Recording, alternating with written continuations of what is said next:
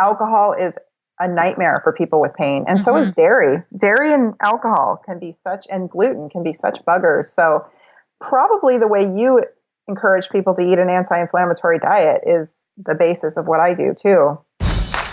This is the Anthropology Podcast, the podcast where we optimize the bodies, brains, and lifestyles of entrepreneurs, go-getters, and world-changing innovators.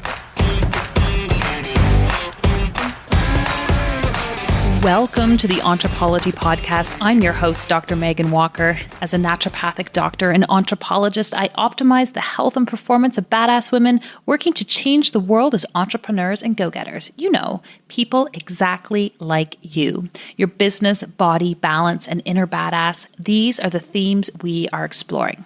Before we jump into the interview, I want to invite you to join our free Facebook community, Legacy. If you want to be something amazing, you need to surround yourself with amazing people. The Legacy community is made up of badass women living, not leaving, but living our legacy every single day. We are leaders, parents, entrepreneurs, and innovators collectively committed to leaving the world better than we found it. My mission is to support the health and optimization of these badass superheroes, literally to places we never thought imaginable.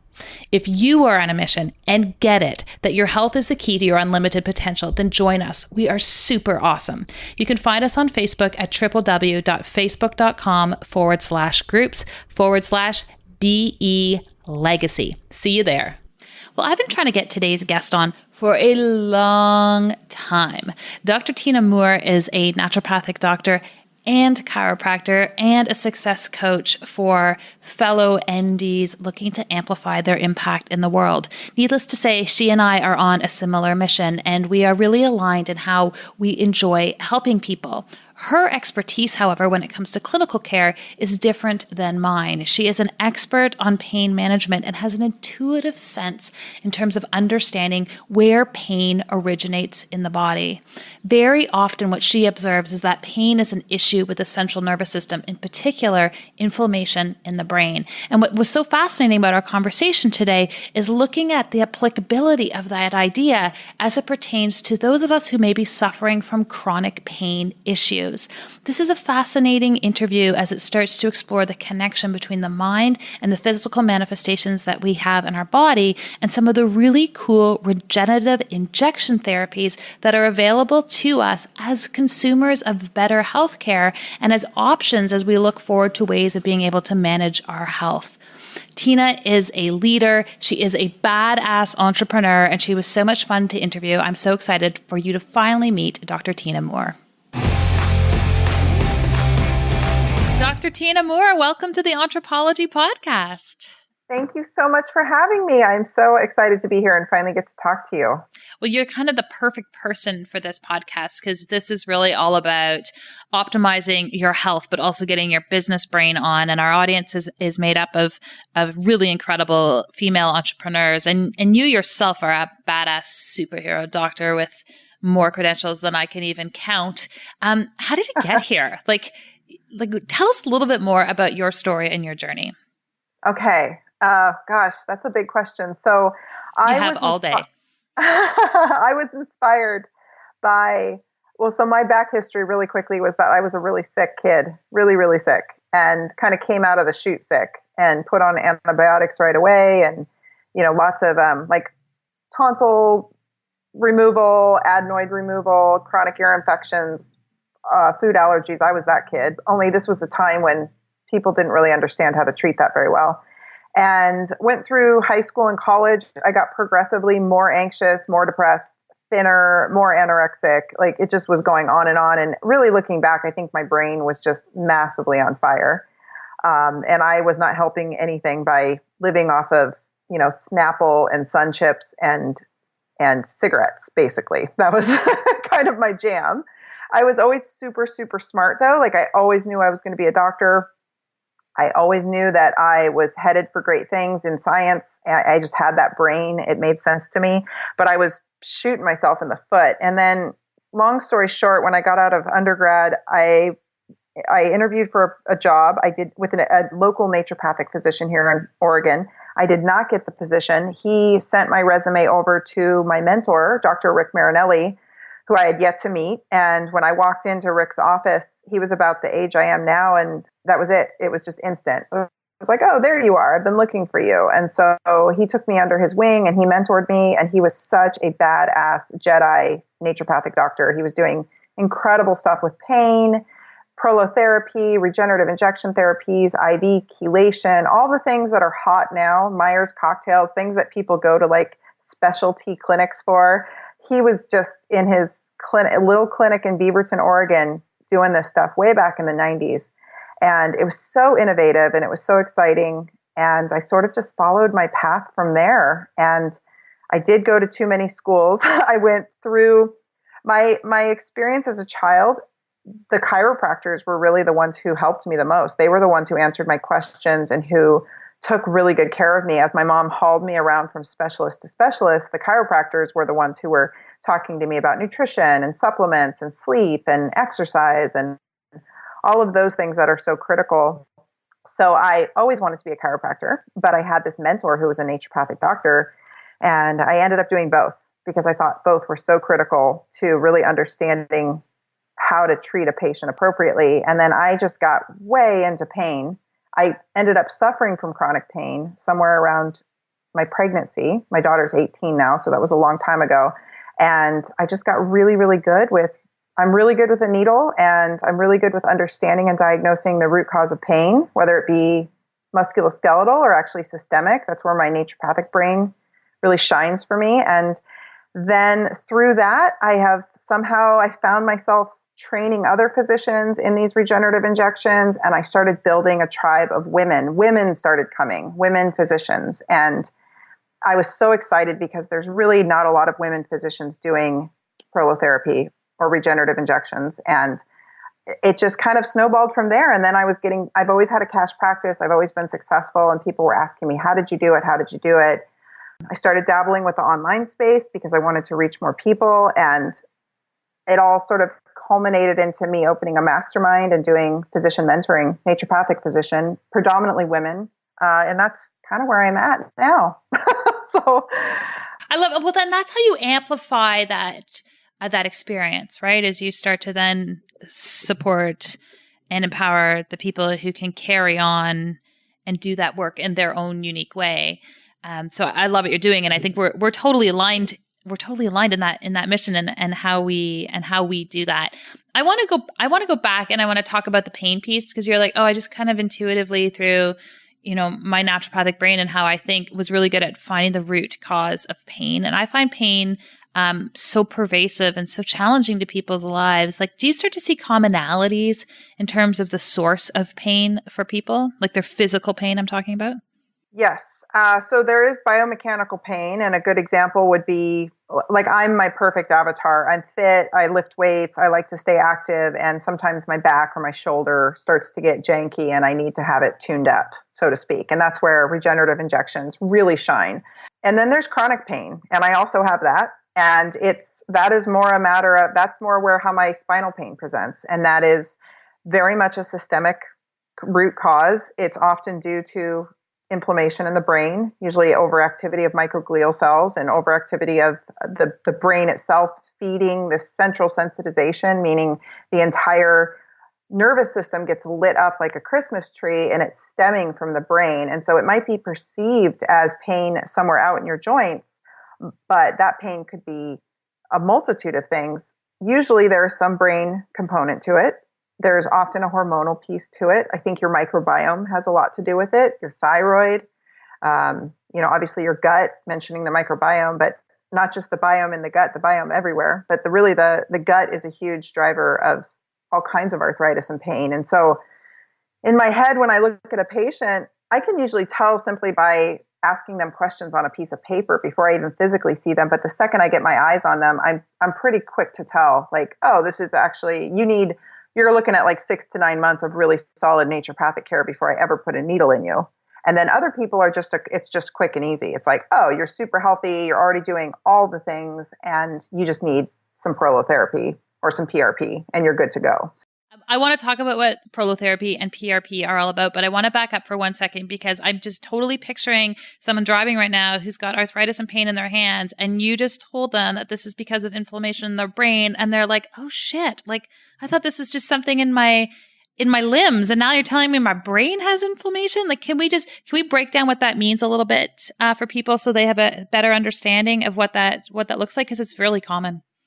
Yeah, it's super common. So the concept of central sensitization, the way I explain it is, if you were to pinch your skin on your hand or your forearm, you should feel a small area of pinch, right? Like where you pinched it should be what lights up. And so you've got pain receptors there. You've got pain and pressure and temperature, mainly receptors there. When somebody becomes centrally sensitized, instead of a pinch, they could actually just get brushed with a feather, and that same series of receptors will get set off.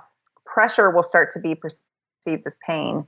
Temperature will start to be perceived as pain. A hug could be painful for some of these people. This is when people start talking about fibromyalgia.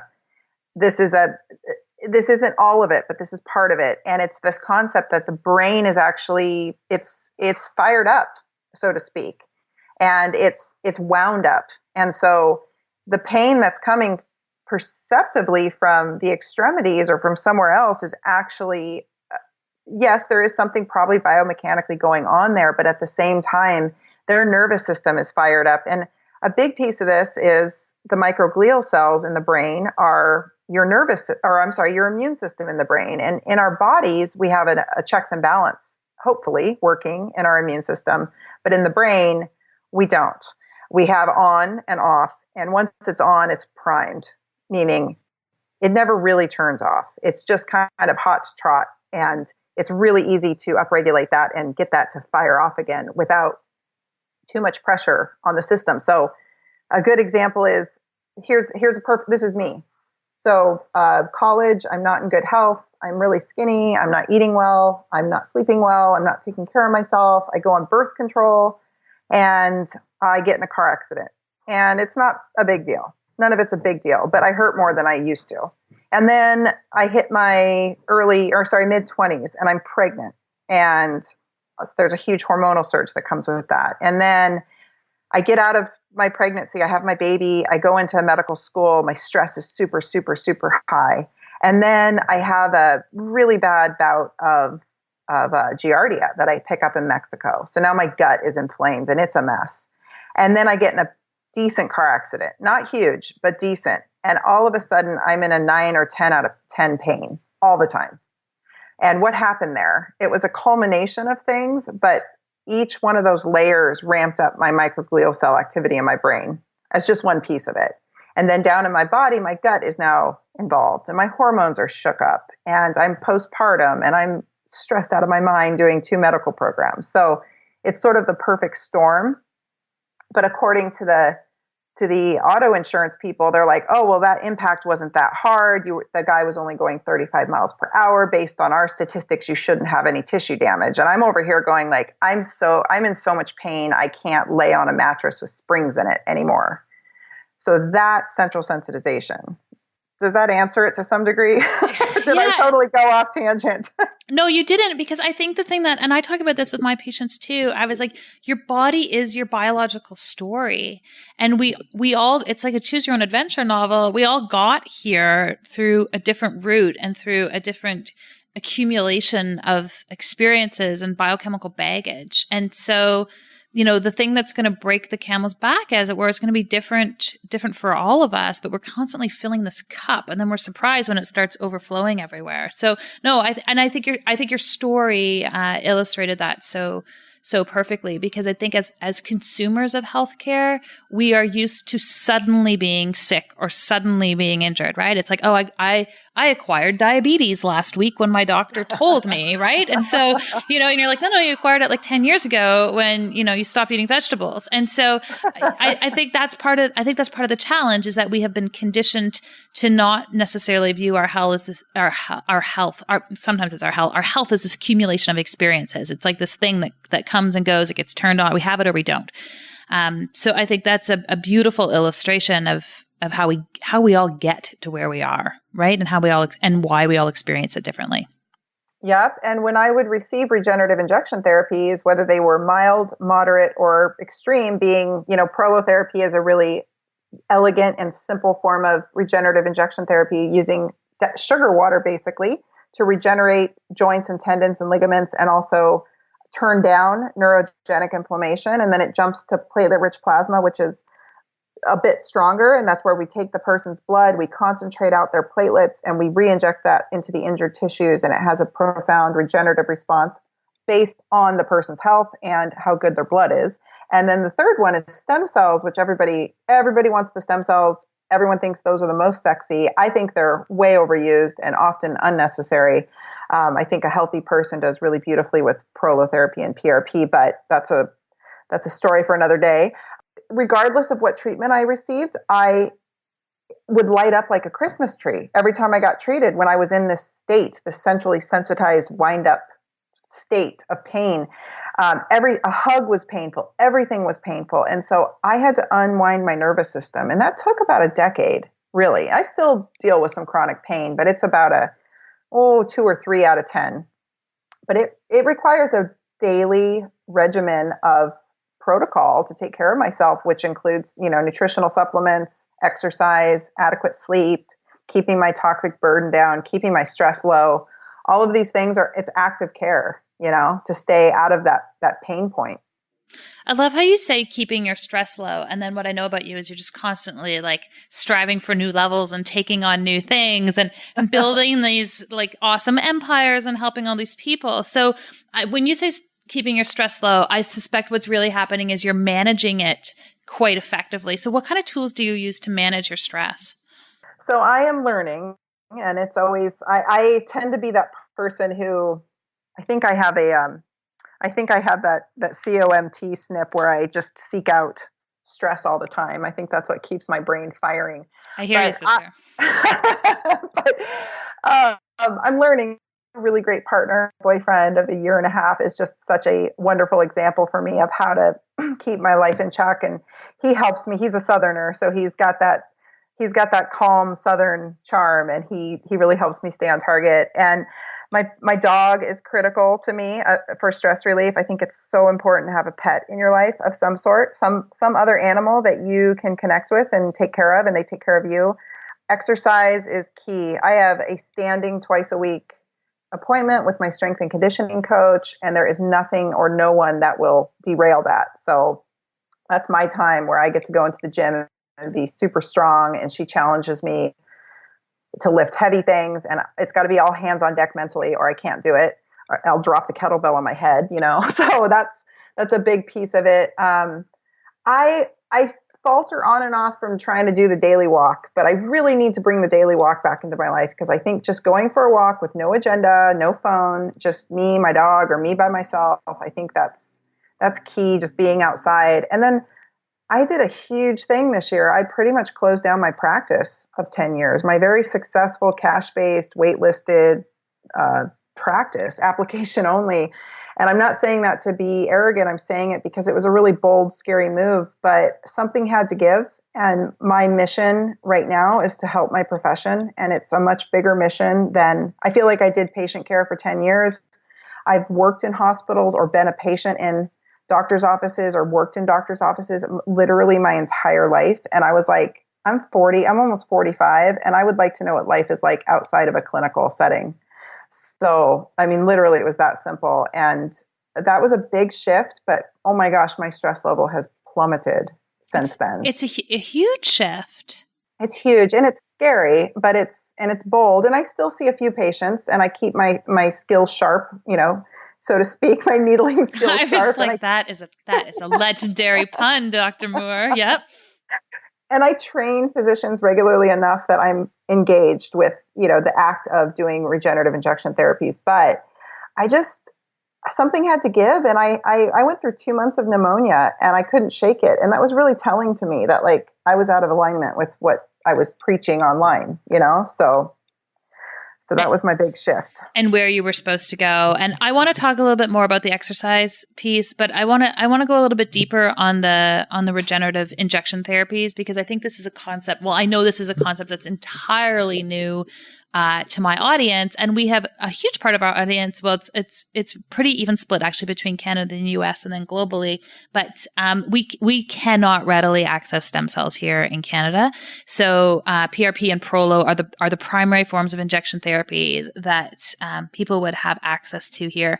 When should they be asking for these? When should they say to whoever is providing their care, you know what, can we look at a new option in terms of the management or the repair of a joint or an injury? When is one better than the other, and how do we initiate that conversation? That is a good question. I have been asked about Prolo and PRP countless times, and no one's ever asked that way. I think anytime any injury is nagging for more than 6 to 8 weeks, it's time to consider some kind of needle. And whether that first needle is an acupuncture needle or it's something a little bit more robust like prolotherapy. And if the audience wants to, just for sake of time, I've got some great content on my website. If they really want to take a deep dive into what all these are and when they're most appropriate, there's, the devil's in the details, and that's all. Yeah, we'll hook them up. Yeah, for sure. But basically, Prolo is a very elegant therapy. And if you're healthy and active and fit and you've got a naggy shoulder, a good example is I sprained my ankle this summer, and there's just 3 spots that are still hanging me up. And I'm going to do some prolotherapy on them, and I bet it'll nip it in the bud. If you've got some naggy arthritis starting that's just overused, my hip's starting to hurt or my knee's starting to hurt, that's a great time for prolotherapy. Even if you have a more robust arthritis that's been with you for a few years, I think that prolotherapy is a great place to start, because not only is it regenerative, it cuts pain, and sometimes joints get, can I say pissed off? Am I allowed to use that term on here? No, you're not allowed. Of course. Sometimes joints just get pissed off, and they sort of self-perpetuate the anger inside there, meaning the inflammation and the pain. And so dextrose actually comes in and just calms all that down really beautifully. So that might be enough for somebody. If it's not, we have PRP. And PRP, both of these therapies are totally dependent on the person being able to heal. So if you are a person who gets cuts in their skin easily and you don't heal well, or you have diabetic issues and you're just simply not a robust healer, you're probably not going to get a great result from these. They will help probably, but they're not going to give you the kind of result it's going to give someone else who is in a more optimal state of health. So with the PRP, that's a bigger gun. It's really just the same exact therapy. If you find a good prolotherapist, first and foremost, find someone who is an old school prolotherapist, because they're going to treat your joint very thoroughly versus just shooting some juice in the joint. That is not prolotherapy. Prolotherapy is where you treat all of the attachments that is around the joint of the tendons and ligaments and soft tissues, because those are often the pain generators. It's not always coming from the inside of the joint like everybody thinks it is. So whether you have prolotherapy solution or PRP, platelet-rich plasma solution, or even stem cells, which I know you guys can't access, it kind of doesn't matter, because the trick is finding a good injection therapist and also really having your health optimized. So working with somebody, a naturopathic doctor or a functional medicine doctor, and getting your health in tip-top shape, that's going to be key to the success of these therapies, regardless of what you get shot in you. And I used to do a lot of stem cells, and I don't do them at all anymore because I don't need to. I just pick my patients, and I'm very careful about choosing people who are good healers, who are already on the journey. And if you're not already on the journey, get on it, because that's how you're going to heal your joints up. Joint pain is as much metabolic as it is actually biomechanical. It's kind of like an arthritis, like a diabetes of the joint, if you will. That's a great description. And I can just picture people going in to see a PRP or Prolo practitioner and them being like, hey, are you old school? Are you going to stick some juice in the joint? It's going to be hilarious. Good. I want everyone in the comments below to share their experience when they ask that question. It's going to be totally awesome. Who's not a good candidate for this type of therapy? I mean, you talked about people who are already on that health journey and who are already doing the stuff that enables the body to heal, which is classic naturopathic medicine, right? We need to get the garbage out of the way and the obstacles to cure out of the way. So how do we start to who are the people who shouldn't do this? I think the people who shouldn't do it actually would be fine with one round of prolotherapy and then get on the journey. So if we can cut the pain and just calm it down and turn the dial down a little bit, I'm all for it. It doesn't mean it's going to be that great of a treatment overall, but it's going to get you over the hump so you can start moving. Joints are alive and they need to move, and they need to be loaded and they need to be unloaded, and they need to have pressure on them. So people, long-term studies showing people who squat heavy don't actually have bad knees. That's a myth. Using your cartilage and using your joints, they are their own organ system, and getting your metabolism and your hormones in check are going to be critical, because there is no amount of injection therapy that's going to help you if you are diabetic and metabolically unsound and hormonally a train wreck. Injection therapy might actually flare you and make you feel worse. It'll always have a regenerative effect, but your pain receptors might get set off and you actually will feel like you're in more pain than when you started. It can even cause PRP, for instance, in the wrong person. Like a great example is a middle-aged woman. The only people who really get frozen shoulder, for the most part, I should say, the occasional male will and the occasional young woman will. But frozen shoulder is a phenomenon of postmenopausal women, period. That means it's a hormonal issue, first and foremost. And if you shoot PRP in that joint, what I tell patients is if I take your hot mess of an inflamed blood and I concentrate it down and shoot it into your hot mess of an inflamed joint, it's going to be a mess. And those shoulders actually freeze worse. They go on lockdown because the joint capsule itself is often the problem.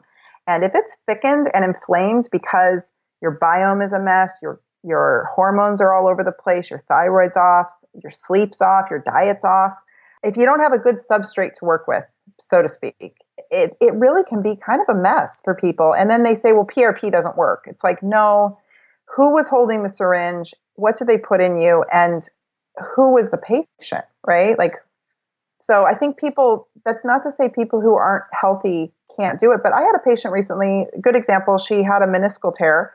She gained some weight following the meniscal tear. Her diet wasn't really on point. She kind of was, it's happened to me too with my hip. You start to go adrift. And, maybe you're drinking. For me, it was like, maybe I was drinking more. I was not exercising as much, or I was, stress was getting the best of me. My hip subsequently was getting worse and worse. As I gained weight, the hip got worse. So how do you stop this? I did a round of prolotherapy and I cleaned up my diet, and I had this woman do the same. I'm like, get your diet dialed for the next 3 months and then come see me. We'll do PRP. The PRP worked like a charm. It did not flare her. She feels great. She's improving every single day. She's going to have a second or third round to really complete the series of treatments, and she's good. But had she come in with her diet all over the place, that could have been a whole different story. So I hope that answers. It totally helps. And so do you find that there's certain diets that help expedite the relief from pain faster than others? Yeah, that's a great question. I personally, and I've had a lot of patients do this, and I know ketosis is all the rage, but I was using ketosis way back when. That's how I got through both programs, honestly, was ketosis was like my secret weapon to get my brain sharp so I could handle both programs concurrently. I think getting grains and carbohydrates out, and I don't know if there's a lot of reasons. I always think of it in terms of the microbiome. If I can starve off the critters in the gut that are driving the pain, then we're good. So if we can get refined carbohydrates and grains out of the diet, first and foremost, ramp up protein, make sure healthy fats are in abundance, and make sure the person's really hydrated. I think that's an underappreciated concept in joint pain is we dehydrate the crap out of our joints and then they slough away and they don't. Cartilage is a gelatinous substance. It's a proteoglycan gelatinous substance. It needs water to be bouncy and slick. And when we don't have enough water, which a lot of people don't, it's not bouncy and slick. It just starts to degrade and become inflamed. So really just, high protein, high healthy fat, low sugar. Alcohol is a nightmare for people with pain. And so is dairy. Dairy and alcohol and gluten can be such buggers. So probably the way you encourage people to eat an anti-inflammatory diet is the basis of what I do too. Yeah, I suspect we're on a similar similar path from that perspective. And there's two populations, which I find, philosophically, they're usually sort of diametrically opposed. But what I find fascinating is that the extremes on either end of the high protein diet, so those people who get so dialed into their like carnivorous meat eating that they forgot to do vegetables for the last 2 weeks. Yeah. And conversely, and I mean no disrespect to anybody on either of these journeys, but my vegans, like I find these two really difficult groups to manage pain with. Like they're both so like, oh no, my diet's dialed in. I'm like, I think your diet's part of the problem. Can you just comment on your experience so that I'm no longer the only person commenting on their experience? Can we share the blame here? Well, I have been both of those things, and in both times I was in horrible pain. So I can attest to that. And I've had a lot of patients. So first off, the carnivores, my take is if you go too hard into ketosis and you forget all your minerals in your vegetables and your fibrous, matter in your vegetables, you can very well end up tanking out your hormones as part of the puzzle. And you also jack up your microbiome because they need some of that substrate to do their thing. And so I think that's where the pain starts to get driven from. I've been there and I was so skinny and so I had no hormones. I mean, I basically ate so much meat that I ate myself into a non-hormonal state. It was crazy. And without hormones, you're not juicy anymore. Like you need estrogen. Estrogen, my friend Dr. Heidi Peterson yesterday said estrogen is like the lycra of your tissues. So you need estrogen to stay elastic and juicy. You need testosterone to stay in an anabolic healing state. So you need to do all the things to keep your hormones happy. And I think eating a straight up meat diet is not always the answer, especially for women. And then when it comes to vegetarians and vegans, those are the ones I see with this sort of, they have a different kind of arthritis. The postmenopausal women who are eating too much sugar and grains and are estrogen dominant, they get like a boggy arthritis. So they tend to swell up and be puffy.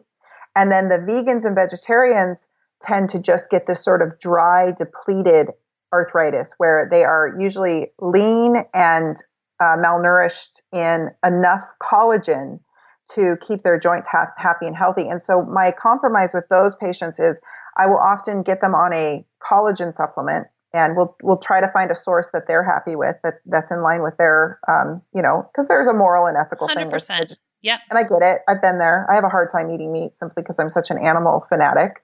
But if I can get them on a collagen supplement and enough water, they actually tend to have their pain go away pretty darn well.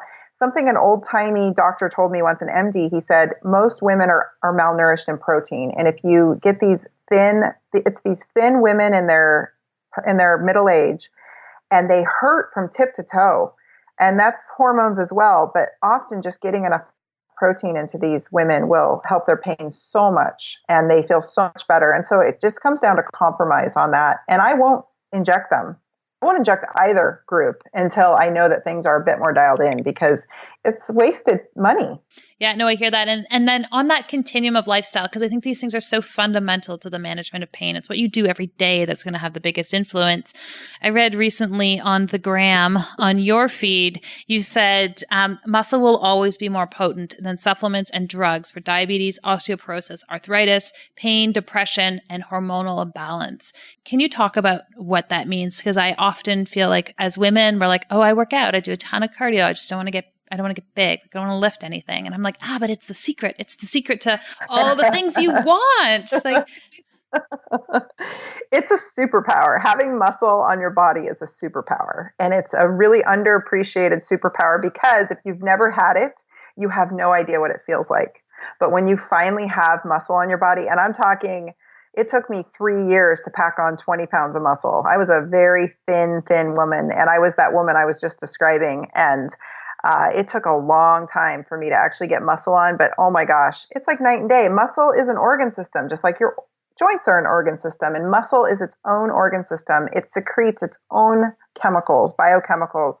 It secretes anti-inflammatory molecules. It helps you really optimize your hormones, in the sense that we don't have solid studies showing that muscle secretes hormones, but we have studies showing that the act of strength training really can have a robust impact on your hormones.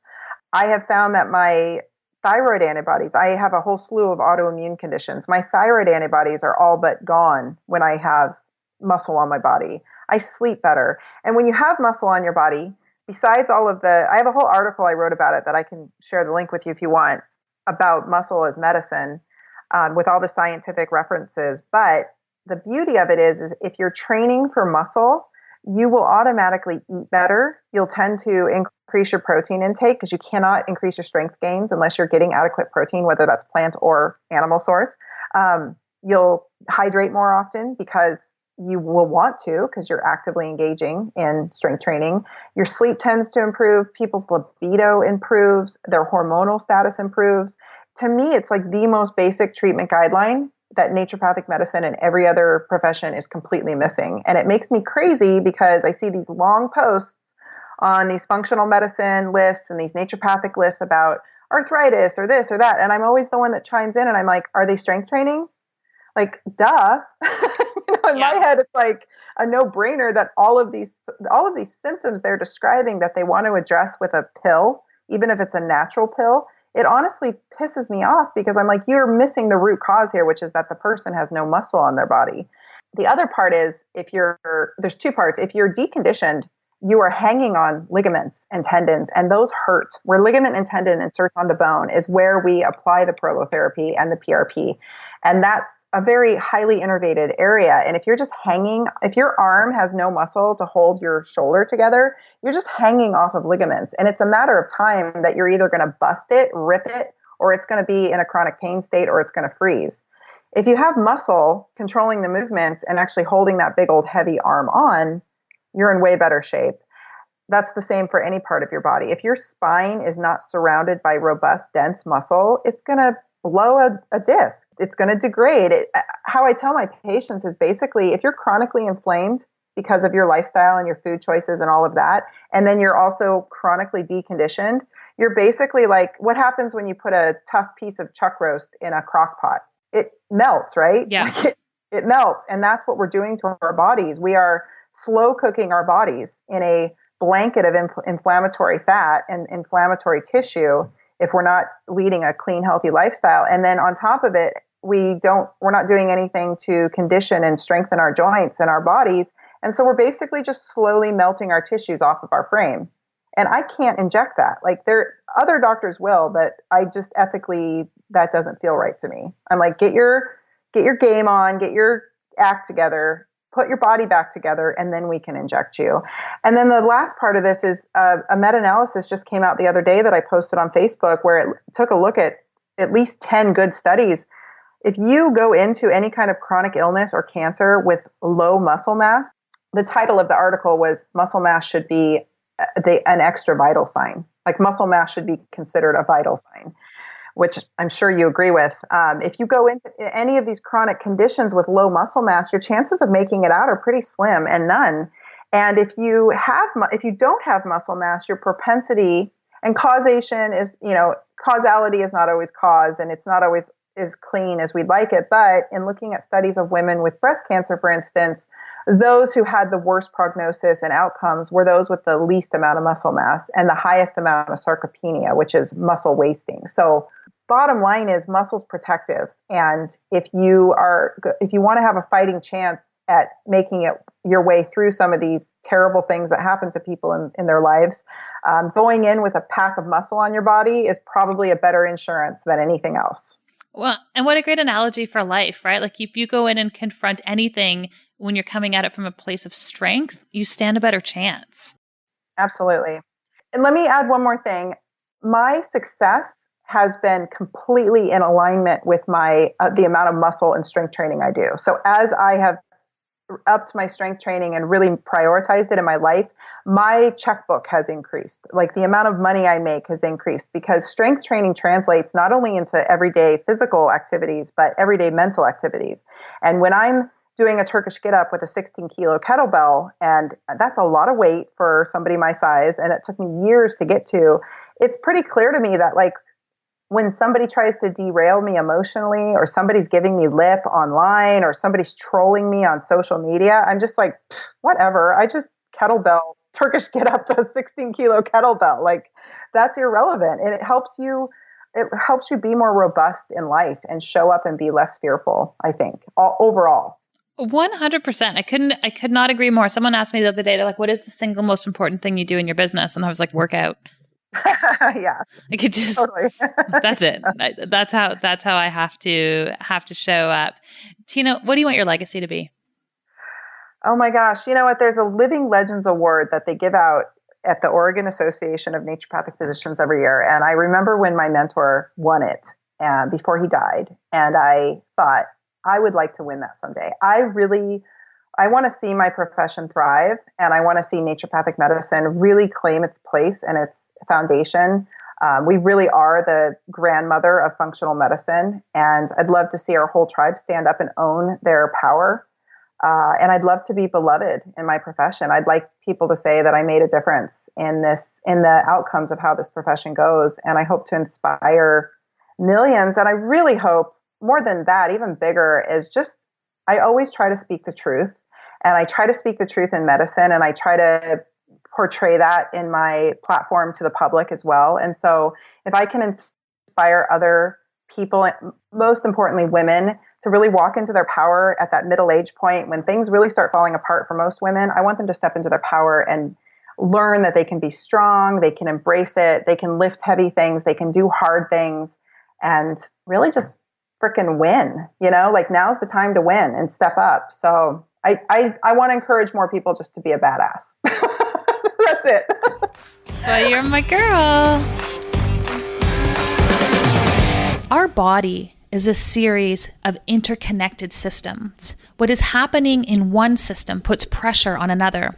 We understand this intuitively, and yet the most powerful medical system in the world, Western medicine, continues to evaluate our health in individualized silos. We have assessments related to cardiovascular health, oncology, respirology, dermatology. We have individual silos of expertise. When we assess the body from a functional perspective in our practice, we want to understand not whether you are necessarily fine in all of these different systems, but whether or not they are functioning in an integrative manner in a way that moves you closer to optimal health. While there are lots of functional tests that we can do to be able to assess that, technology is enabling us to start to look at this thing on the basis of artificial intelligence through the aggregation of data.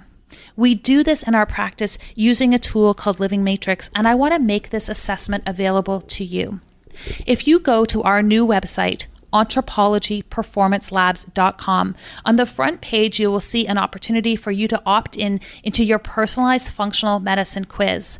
Completing this questionnaire will take approximately 40 minutes of your time. And when you're finished, we're going to prompt you to have an opportunity to sit down from someone on our medical team to review your individualized results.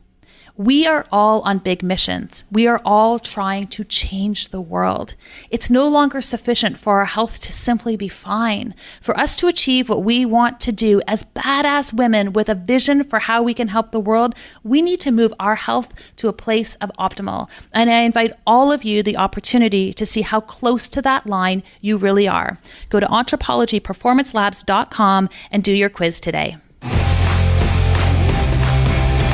This is a perfect place to transition to the second part of the interview. And I call these our KPIs, or key performance indicators. So just like we have them in our business, I believe that we have them in our lives and the activities that we engage in as a daily basis. And I'm always fascinated by the way that other entrepreneurial leaders live their life and the things that happen behind the scenes. So indulge me. I've got 6 quick questions for you.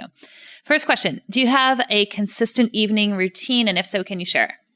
You're going to laugh. My routine has actually gone back to television. I got rid of television completely from my life, but my boyfriend and I sit down and watch like 1 or 2 episodes of something really good every night. And it's my time to have some tea and to sit with my dog and sit with my boyfriend and just like turn off all my electronics and be present, which I know it's in front of a television, which is like naturopathic hell. I'm going to go to naturopathic hell for saying that, but I think just sitting down and taking a stock of what I have done that day and however that plays out. But it's usually just watching like Buffy the Vampire Slayer and a cup of tea. It's, what's so perfect about that is like everyone's watching TV and you just like called them out on it. So, you should enjoy it. Throw on your blue blocking glasses and like Lean into that. Fiction or nonfiction? What are you reading right now? Nonfiction. I don't think I've read a fiction book in a decade, which I know is also probably terrible, but I love anything, that's going to help me level up. So like Brendon Burchard, any of that stuff. I mean, I've got like droves of books that I just sort of, and I'm a bad book reader too. I'll just like read a chapter and put it away for a couple of years. And then I'll come back and read another chapter and put it away for a couple of years. So I'm usually reading like 5 or 6 different things. Yeah. There's no rules. Yeah. What is the one thing you're most consistent with respect to your health? My strength training. My strength training and my sleep. Those are non-negotiable. I don't think you can be a sane person without both of those. I would concur. I can't wait for this question. What is something totally badass about you that people would not otherwise know? Well, I don't know if this matters much to your audience, but there's a punk band called Fugazi, and Fugazi was like all the rage. I mean, big deal band. The lead singer was in a former band called Minor Threat. Both of those bands are so critical to what music is today. And when I was 18, I was visiting Germany for a month in this little village, and there was a Fugazi concert in this village. And I was like, what? And it was sold out. And I would have never had the bravery to do this in the United States, but I hunted that band down and I convinced the lead singer to let me in the venue. And so I don't know how I did it. And to this day, like if you tell a Fugazi fan that story, they freak out because they're like, oh my God, you did what? But I was hell-bent on getting in there.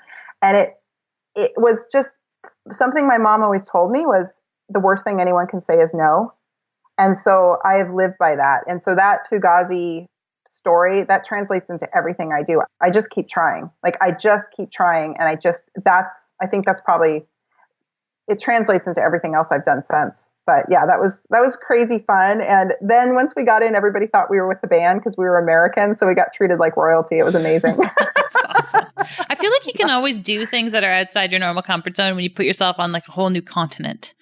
Right? I know. I was like, I kind of just approach life like that because I'm like, what do I have to lose, right? In all cases, like, what do I got to lose? What do you do for fun or play?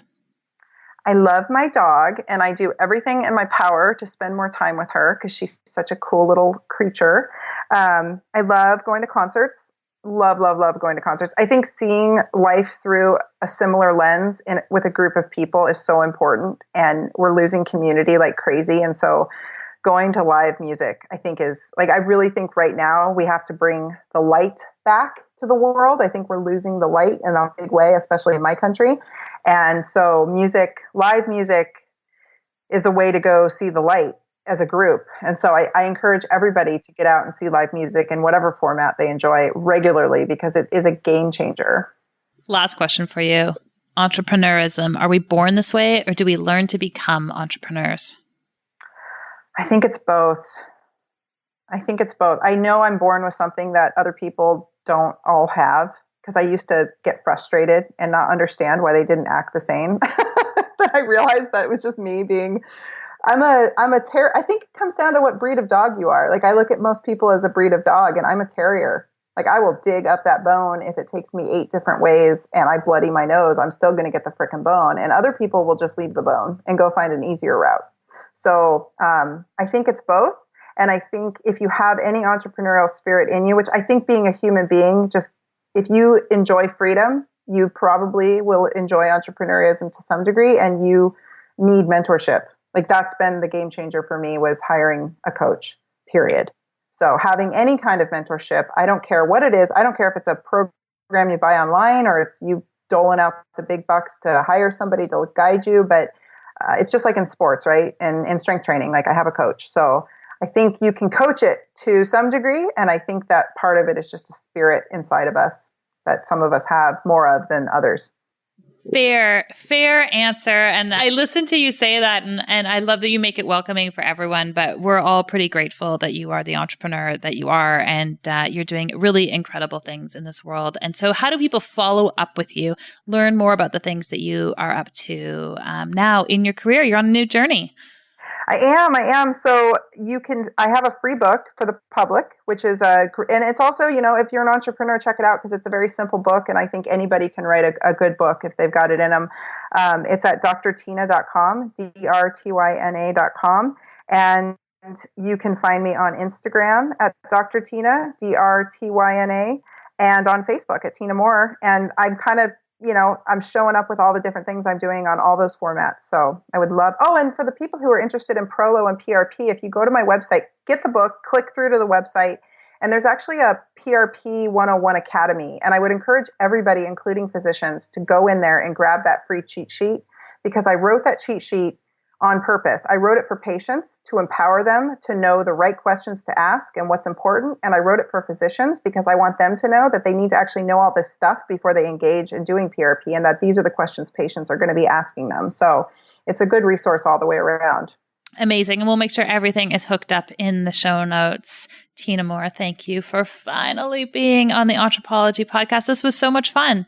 Yes, I love it. And I hope you'll come on my podcast soon and we can talk about whatever you want to talk about. Anytime, sister. Awesome. Thank you. If you enjoyed our conversation and would like to hear more, head on over to Stitcher or iTunes and subscribe to the Anthropology podcast. We would also really appreciate a quick review. When people have their health, they can change the world. Let us keep you healthy and you go change the world.